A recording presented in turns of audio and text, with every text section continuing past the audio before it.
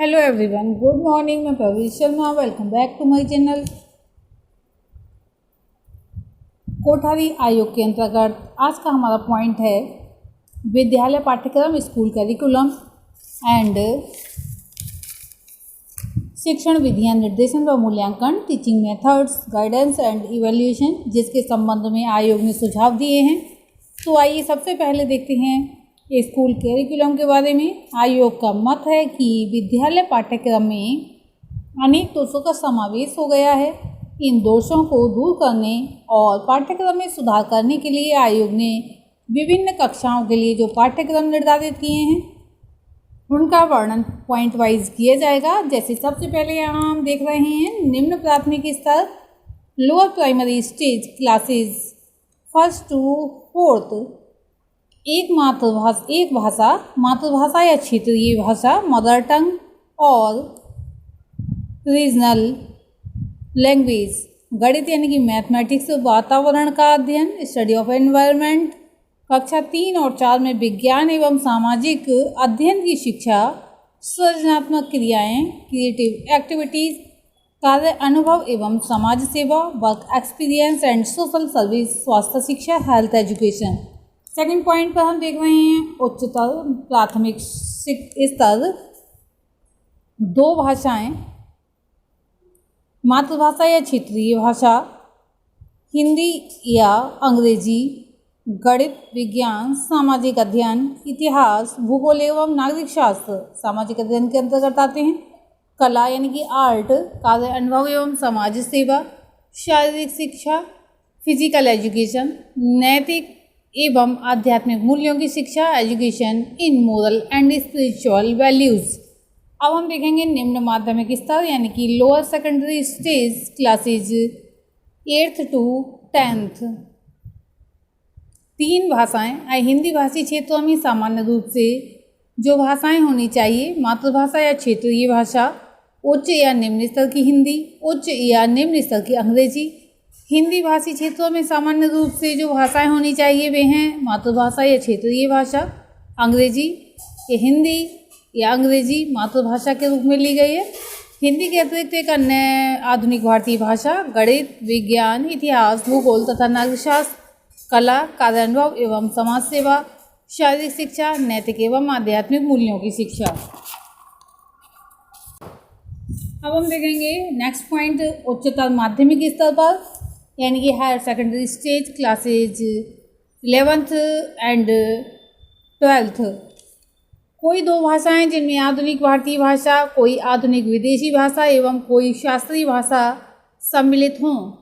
जैसे कुछ भाषाएं हैं जिनमें से कोई 3 विषय, एक अतिरिक्त भाषा, इतिहास, भूगोल, अर्थशास्त्र, तर्कशास्त्र यानी कि लॉजिक, मनोविज्ञान, समाजशास्त्र, कला, भौतिक शास्त्र, रसायन शास्त्र, गणित, जीव विज्ञान, भूगर्भ शास्त्र यानी कि जियोलॉजी, गृह विज्ञान, होम साइंस, कार्य अनुभव एवं समाज सेवा, शारीरिक शिक्षा, कला या शिल्प, आर्ट और क्राफ्ट, नैतिक एवं आध्यात्मिक मूल्यों की शिक्षा। नेक्स्ट पॉइंट देखेंगे त्रिभाषा सूत्र में संशोधन। त्रिभाषा सूत्र के संबंध में आयोग ने लिखा है, ये फॉर्मूला सन 1956 यानी कि 1956 में केंद्रीय शिक्षा सलाहकार board, central advisory board of education के द्वारा प्रतिपादित किया गया था और सन 1961 यानी 1961 में मुख्यमंत्रियों के सम्मेलन में स्वीकार किया गया था।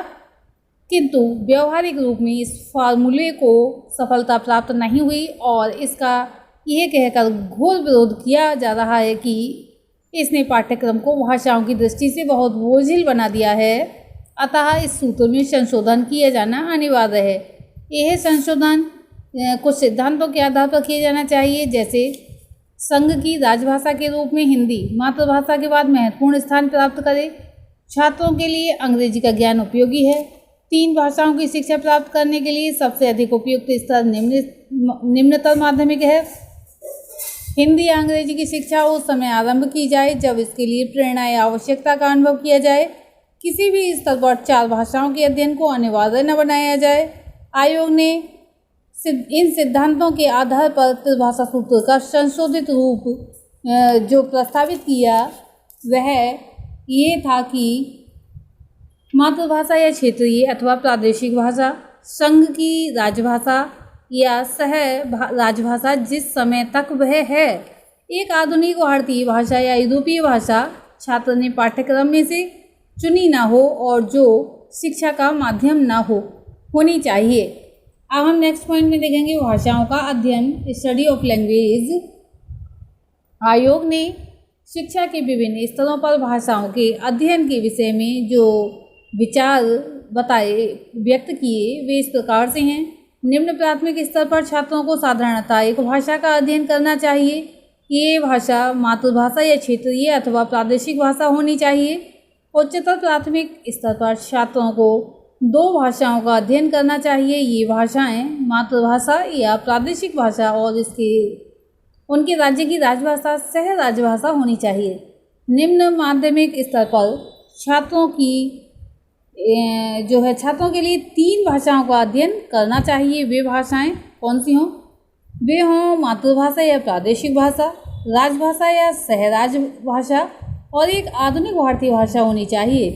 प्रत्येक राज्य के कुछ चुने हुए विद्यालयों में अंग्रेजी के अलावा अन्य विदेशी भाषाओं की शिक्षा दी जानी चाहिए और छात्रों को उन्हें अंग्रेजी या हिंदी के बजाय अध्ययन करने के लिए प्रोत्साहित किया जाना चाहिए। अहिंदी क्षेत्रों के कुछ चुने हुए विद्यालयों में आधुनिक भारतीय भाषाओं की शिक्षा दी जानी चाहिए और छात्रों को उन्हें अंग्रेजी या हिंदी के बजाय अध्ययन करने के लिए प्रेरित भी किया जाना चाहिए। उच्च शिक्षा की संस्थाओं में छात्रों के लिए किसी भी भाषा का अध्ययन अनिवार्य नहीं होना चाहिए। हिंदी के अध्ययन को प्रोत्साहित करने के लिए संपूर्ण देश के विभिन्न स्थानों में कार्यक्रमों का आयोजन किया जाना चाहिए, पर किसी को हिंदी का अध्ययन करने के लिए विवश नहीं किया जाना चाहिए। अंग्रेजी की शिक्षा 5वीं कक्षा से पहले आरंभ नहीं होनी चाहिए। संस्कृत या अरबी के समान शास्त्रीय भाषाओं की शिक्षा 8वीं कक्षा से आरंभ होनी चाहिए, पर इन भाषाओं को वैकल्पिक विषयों में स्थान दिया जाना चाहिए। शास्त्रीय भाषाओं के अध्ययन के लिए उच्च शिक्षा के केंद्रों की स्थापना की जानी चाहिए। अब नेक्स्ट देखेंगे हम शिक्षण विधियां, निर्देशन एवं मूल्यांकन। Teaching methods, guidance and evaluation. आयोग ने विद्यालयों में शिक्षण विधियों, पाठ्यपुस्तकों, निर्देशन एवं मूल्यांकन के विषय में अत्यंत सारगर्भित विचार वाक्यबद्ध किए हैं। वे हैं शिक्षण विधियों में सुधार, इम्प्रूवमेंट इन टीचिंग मेथड्स। आयोग के मतानुसार हमारे विद्यालयों में प्रयोग की जाने वाली शिक्षण विधियाँ अब भी प्राचीन तथा परंपरागत हैं, अतः वे छात्रों की दृष्टि से तनिक भी लाभप्रद नहीं हैं। उनमें सुधार करने के लिए आयोग ने जो उपयोगी सुझाव दिए वे हैं शिक्षण विधियों में लचीलेपन यानी कि लचीलापन होना चाहिए एवं गतिशीलता के गुणों का समावेश किया जाना चाहिए। इस कार्य के लिए स्वयं शिक्षकों को व्यक्तिगत रूप से कदम उठाने चाहिए। शिक्षा संस्थाओं के प्रधानाचार्यों एवं शिक्षा के अधिकारियों को शिक्षण विधियों में सुधार करने के लिए उपयुक्त वातावरण का निर्माण करना चाहिए। शिक्षण विधियों में गतिशीलता का समावेश करने के लिए अध्यापकों में परीक्षण, पहलकदमी एवं सृजनात्मकता के गुणों का विकास किया जाना चाहिए।